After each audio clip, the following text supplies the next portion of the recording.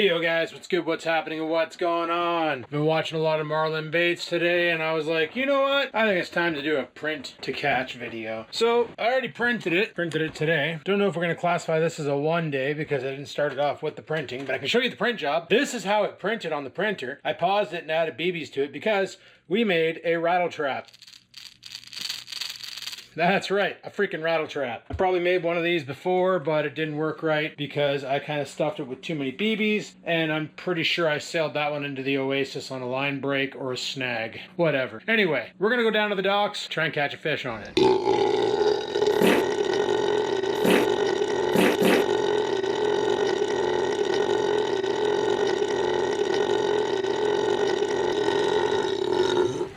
Hello, beautiful dock that I love to fish at since my old fishing spot was taken over and privatized.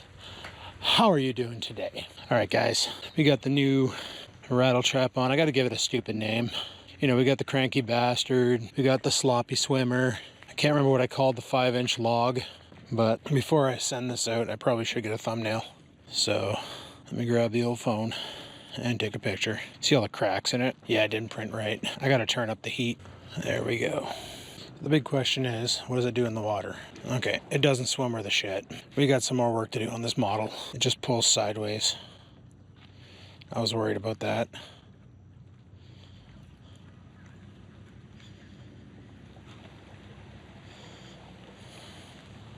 All right, we'll wait for this guy here to get his boat in the water. Send it out. Cast far, but it's not thumping. It don't work. Works as a vertical jig. Does a neat shimmy on the way down, but it just doesn't lean into it. When you give it a sharp hit, it does a flutter. And it flutters on the way down, so maybe that's how I gotta fish this. Oh, hey, buddy's boat is running super rich. I think it smells gasoline. If somebody lit a smoke right now, we'd blow this dock up. Usually there's a bass around here. Well, I know for a fact that there's a bass right here. See, the other night, remember my friend Jenny from the Ribfest video? Well, I got her on a rock. Well, at first she asked me if I could show her how to fish a spinning setup, because apparently a bunch of people tried to teach her and she couldn't figure it out, and it didn't work out well, and she got frustrated and whatever. So went out fishing at the government dock, and I gave her the Daiwa Crossfire with a jig on it and gave her the generic lesson on how to cast a spinning setup, and she did it, and she did it good. See, prior to that, she was using a Zebco Ladies setup. So last night we came out fishing here, and she wanted to see what it was like to catch a fish on a spinning setup, because like on a spin cast, it's not too bad, right? It's pretty easy. Yeah. Freaking Rocky's not even here. This lake is stressed today. But yeah, she wanted to come fishing last night. Well, in North Bay last night, we had tornado warnings. So that added to a bit of issues, but we still came out and got her on some rock bass there. We're using worm in a jig and then those little grub things in a jig. She had fun. But no, now she can use an adult rod. She can retire the spin cast and go to an adult rod.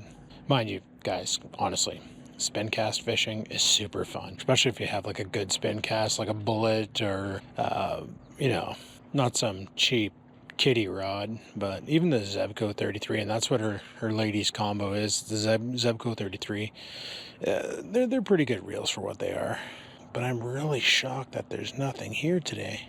Mind you, the action on this lure is kind of potato soup. Like, it looked great. If I jig it up and I drop it, it shimmies on the way down. And when you jig it up, you can hear the BBs going nuts. So it's making a lot of surface noise in the water. I think the problem is too many BBs in the center chamber, not enough in the front chamber, so it doesn't lean forward, and that's what it needs to do on the return. I got 2 coats of UV clear coat on it, so it should be good for that. But no, she's having fun with the fishing now. But here's the problem, right? I didn't film the video last night, and you guys had been like, why are you taking the fish off for her? Like, she should be able to handle her own fish. She loves fishing, but she's allergic to fish. Like the slime that's on them, if she gets that on her hands, she breaks out in a real bad rash. So like, she can catch them, but then she can't do anything after that.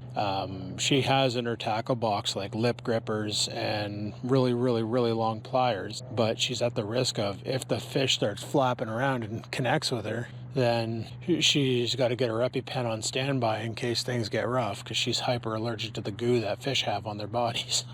So that's why I'm like, catch the fish, I'll take your picture, keep the rod away from you. If the fish freaks out, you're not at risk of getting hit. And I took the fish off, told it was dumb, threw it back in the water. Good times. And guys, I did read the comments on the docking video where I talked about the new format, and I get it. A lot of you guys, you like the daily uploads, even though it's pretty much the same video every time I record. A lot of you said you watch them all the way through, and I appreciate that, but it's like, I don't know. I was getting a little bit burnt out doing that. It's like the same thing every day, you know? Go to work, come home, do a little bullshit around the house, film the cat, call it a night. I'd rather shoot videos where I can get a little bit more organized with them and try and make something a bit interesting, even though this video here is far from that. Because what are we doing? We're fishing a bait that doesn't work, hoping for something to be dumb enough to eat it, but nothing will. That's a nice freaking sailboat. Right? That's a nice sailboat. This would be a great night to have launched the kayak on here. Look at how smooth this lake is. Like the other night I came down fishing, and the main lake was like 0.4 meter waves, intervals of 3.2 seconds. And I went down to Sunset and I couldn't fish my spot because it was taken over by a family. So I was like, well, shit, where am I going to go? And I tried another spot and it was snaggier than all hell. So I was like, I'm going to go to the docks and see how bad the lake is there. Come down here and it was like this, smooth as glass. Because there's only a couple inlets in, like one way over there, one where the chief command is over there, a couple over there, like there's not many inlets in. The main lake doesn't really affect this lake, and also the fish you catch here are better quality than the main lake, because the cormorants don't come around here and shit in the lake because the freaking hawks will kick the crap out of them. As I say that, oh, that's a seagull. I'm surprised there's no hawks in the sky today. Saw so many of them last night, and like we were fishing in a tornado warning, which is really funny because my friend Jen, petrified of storms, right? And we're coming down, and we just get past the Tim Hortons that we drove by today, and my phone goes off with that stupid emergency alert there, notifying that, what the frick?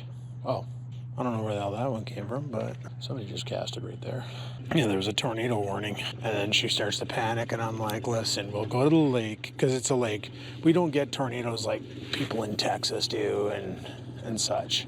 If a tornado hits, it usually hits this lake, and then once it gets too close to the shore, it dissipates like right away. Well, next week, guys, is the long weekend in August, and no, I will not be going down to London, so there's that.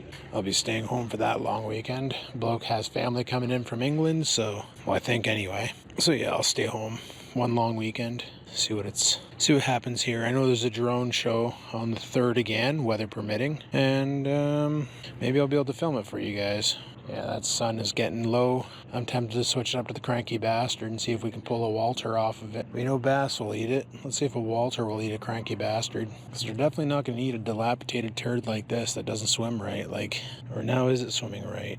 No, it's not swimming right at all. Now it's got a feather on it. There we go. Oh, maybe it is. I don't know. I don't know. Gotta remember to reset the angle on this thing when yeah, it's swimming sideways. This thing is not working. I'm going to retie. Alright guys, got a Cranky Bastard on right now. Problem is, I'm pretty sure I need a snap swivel. I gotta retool these with split rings. Alright, putting something else on before the walleye come in. Let's bomb a jig. Alright guys, I'm gonna chuck around a pink jig with a saucy swimmer. So yeah, the rattle trap was a fumble. I know what I did wrong. I'll have to print another one off and do it right. Sounds cocky, doesn't it? It was meant to. Wow, this saucy swimmer has been used before because, holy, that hook went in there. It was self-guided. Well, the walleye should be coming in soon. The mosquitoes sure are. Getting any bites, buddy? Nothing. Nothing, eh? Nothing. Welcome to the smoke show, eh? Holy. That's gonna reek. I think it's time for Buddy to bust out another 1,000, eh? That's the acronym for boat.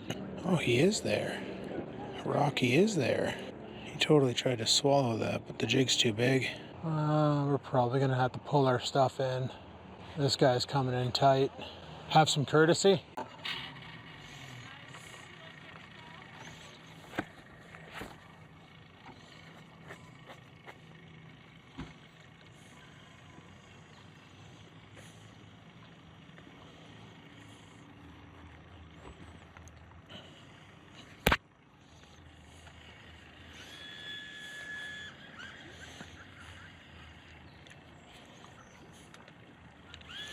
Yeah, I'm calling it.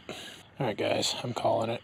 It's getting really buggy out. I'm getting eaten alive, so I'm basically done. But yeah, this rod, my buddy bought one because he liked it so much. He was like, "Man, that's a great rod." He's like, "Where'd you get that?" I'm like, "Canadian Tire." And he goes, "Are they expensive?" About $100. And I said, "No, man, they go on sale all the time for about $50. You can get a spinner or a caster." So he's like, "Well, you know me, I use spinning all the time." So he went and got himself one of these, and his bait keeper is up here. So it's actually on this piece right here. Mine is back here. So this rod is an anomaly. They're not supposed to have the bait keeper by the handle. Somebody screwed up when they built this rod.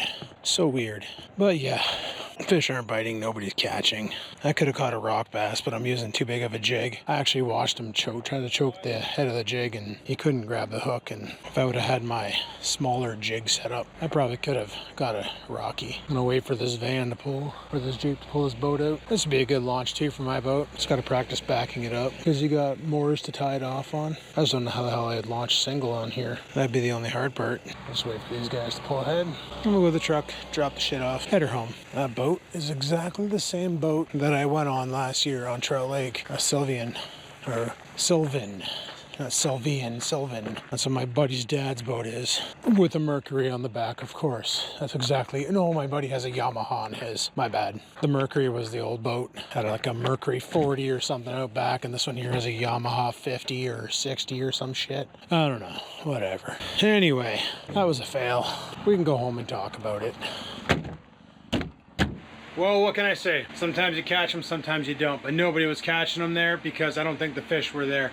They're staged up somewhere else. And they came in somewhere else. I don't even know what the wind was blowing, but I'm pretty sure it wasn't southwest. Because if it was, the walleye would have been there. However, when I left... Oh shit, I left my blacklight. Turn that off. That's from Temu. It probably doesn't have a long life. When I did leave, I did 3D print another lure. And it turned out. And I can't break it off the bed.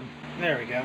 Gonna try whatever the heck this is. I don't even know what this is. Just another concept idea. We'll see how she do and do how she see. And hopefully it wobbles and something destroys it. I'll have to throw some hooks in it. Luckily it's a front nose, not a top.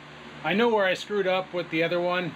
Basically, I didn't. You're supposed to put weight in the front of the nose, and you're also supposed to print it upright. I printed it like this, and I put weight in both the front and back container. The back container needs to have air. The front container, you add your BBs, and then it forces it to swim like that. Because I had weight in the back and the front, it hit the water, and it did this. Because all the BBs went on the side, and it caused it to lay flat. I know where I screwed up. I know how to fix it. Luckily, filament's cheap. Best part about owning a 3D printer and being an angler, once you get it right, you can just keep printing them off. As for the cranky bastard and why it wasn't swimming right, on the original that caught fish, that had amazing action, that was great, it had a split ring off the line tie. The two I have in my tackle box do not. So, gotta add some split rings to it. Not a big deal, but anyway guys, that's gonna be all for today. Hopefully you enjoyed. If you did, click that like button. Any questions, comments, concerns, down below they go. If you made any cool 3D printed models, let me know what they are in the comments. And until next time guys, live it to win it, and peace the frig out.